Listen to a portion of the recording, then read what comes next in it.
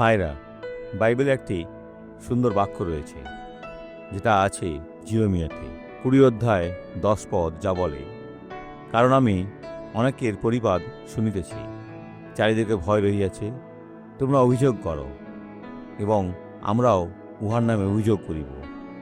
আমার সমস্ত মিত্র আমার স্খলনের অপেক্ষা করিয়া এই কথা বলে, কি জানি সে প্ররোচিত হইবে, আর আমরা প্রবল হইয়া তাহাকে পরাভব করিয়া প্রতিরোধ দিব।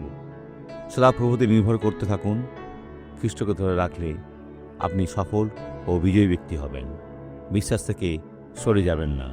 খ্রিস্টতে বিশ্বাস হলো খ্রিস্টের বিশ্বাস, আর এর দ্বারা আপনি সমস্ত কিছুতেই জয়লাভ করবেন। এ ধন্য ব্যক্তিকে দেখুন।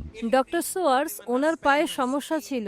ডাক্তার বলেছিলেন যদি চিকিৎসা না করান তিনি কখনো চলতে পারবেন না। তাই ফিজিওথেরাপি শুরু করেন। তারপর স্বাস্থ্যের সমস্যার জন্য ওনাকে সার্জারি করাতে হয়েছিল, কিন্তু আমি তার সুস্থতায় দৃঢ়ভাবে বিশ্বাস করি। এখন ভাই, আপনাকে প্রশ্ন করি, আপনি কি বিশ্বাস করেন যে আপনি সুস্থ হয়েছেন? করি। আপনি কি করেন? তাহলে এই ধারে চলুন, ওনাকে চলতে দিন। স্বেচ্ছাসেবক আপনাকে অনুসরণ করবে, ওনার পিছনে যান।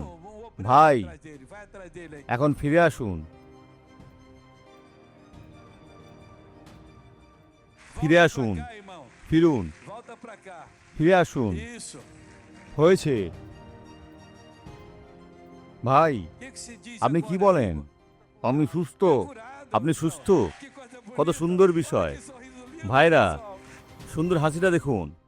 আসুন প্রার্থনা করি। পিতা, কেউ যেন অন্য বিশ্বাসকে না ধরে, কারণ সেটি শয়তানি বিশ্বাস, আর খ্রিস্টের বিশ্বাস আমাদের জন্য যথেষ্ট।